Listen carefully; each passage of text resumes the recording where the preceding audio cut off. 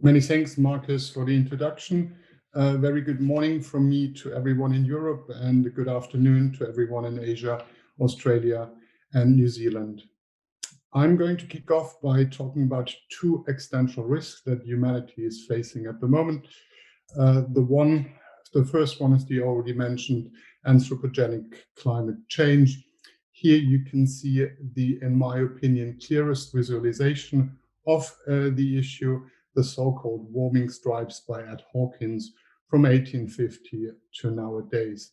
So blue lines here represent years with below average temperatures, while red lines represent years with above average temperatures. And from this graph, going from blue to very red, especially since the turn of the millennia, you can clearly see that we are running into a problem.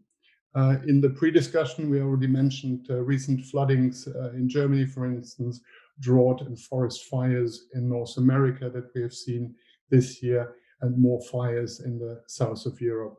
So we can see that extreme weather events are getting more frequent, and these really pose an existential risk to mankind. The second and less well-known existential risk stems from the rapid advances in artificial intelligence. It is meanwhile foreseeable that we will create a superintelligence, a machine superintelligence that is far superior to our own mind. However, we do not know how this superintelligence will view us. Will it be malignant? How will it interact with us? And what will the consequences be of this? So it's another real risk that's not as well known at the moment. Anyone interested in these risks that are posed by artificial intelligence, I can refer to the Oxford philosopher Nick Bostrom's book, Superintelligence, where you find a detailed discussion. However, there are enormous opportunities in this, because what can we achieve if we utilize the advances in artificial intelligence to actually help us solve the first existential risk, i.e. the climate crisis? And there's been quite some progress, and we can harness this indeed for the good. And we have very specific example, energy use for server cooling. This is a graph taken from last year's review called DeepMind, had their very specific deep algorithm server cooling for Google servers. And then you can see that over a year, using approximately 80 million training cycles, the deep learning algorithm could reduce energy use by servers by 30%. Yeah, this is obviously not only good for the environment and for energy use, it's also very good for Google's bottom line because they save a lot of money. That's also probably a reason why Google has meanwhile acquired DeepMind. So there are also enormous economic benefits in this. So this got Marcus and myself thinking, if we deploy these sort of optimization algorithms throughout the economy, what can we actually achieve? And could it help us to support the race to net zero emissions and actually avert detrimental climate change? So Marcus and I are very smart people, but not that smart.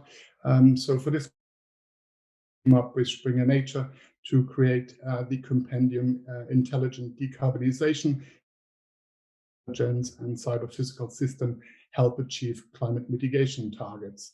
So we worked with quite a few people, and we created this book with 4 distinct sections with not only essays and infographics. The sections are firstly technology, where we talk about the advances not only in artificial intelligence, but also cyber-physical systems, distributed ledger technology, and smart contracts. In the second section, we then look at the impact on different areas of the economy, ranging from the chemical industry to water supply, also to energy provision, to transport and mobility, so that we can see what impact is there at the moment and what impact will there be in the foreseeable future. The third section is really concerned with the implications. If we deploy these systems on a large scale, what are the implications for our safety, for our privacy, for cybersecurity. These are very critically important factors. Last but not least, we are talking about incubation.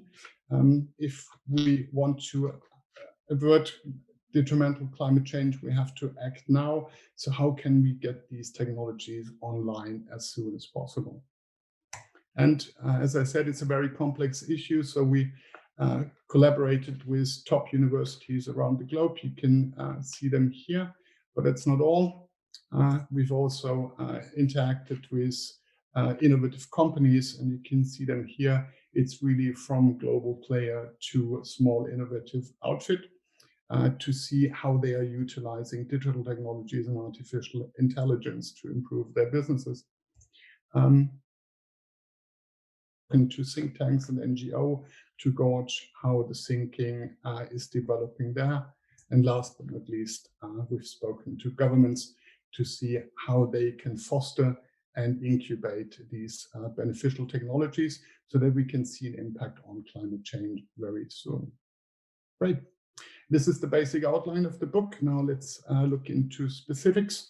What could we deduct from the compendium? We could definitely deduct that digital solutions are responsible for many virtuous circles, for many positive feedback loops. And as an example, I've pulled out photovoltaic cells here. The Industry 4.0 approach to producing a solar cell has really improved the efficiency, has reduced resource use, and consequently has reduced the embedded carbon and yielded PVCs with an increased efficiency. Now, these better photovoltaic cells allow us to generate more low carbon electricity. And since low carbon electricity or electricity is one of the key impact factors for Industry 4.0, we have created a positive feedback loop. Yeah, this is not only true for photovoltaics. Let's think about electric mobility. The lower the carbon footprint of the electricity is, the greener the e-mobility becomes in the end. So there are many, many feedback loops. We can't go into them all in detail right now. Do we see this impact already? Absolutely.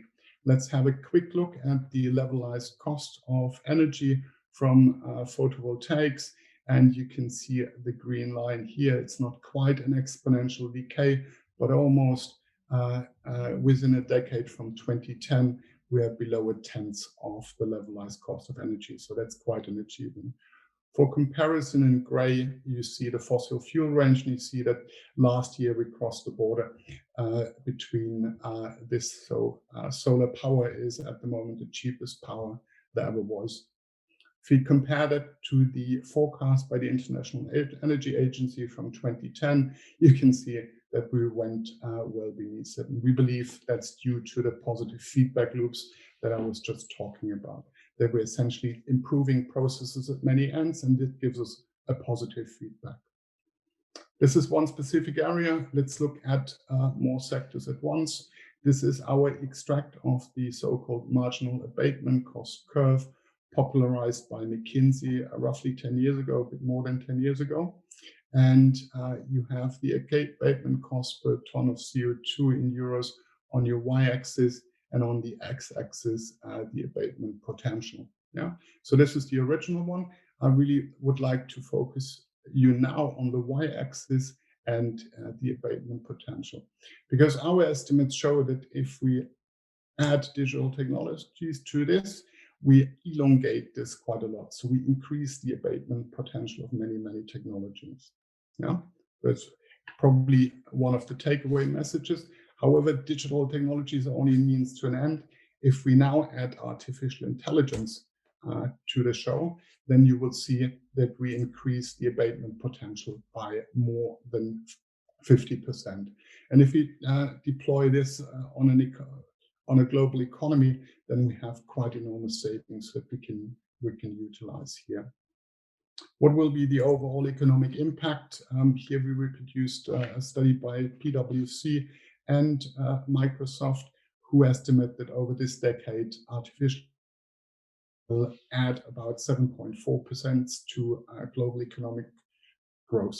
And that's apart from obviously the cost savings and the emission savings that you can utilize within your companies using these digital technologies. And if you would like to know more about the specific cost savings for specific sectors, then I have to refer you to the book. Great. So this is a very quick outline for me concerning the book. I now hand back to Louise, who's going to introduce the interesting panelist of today.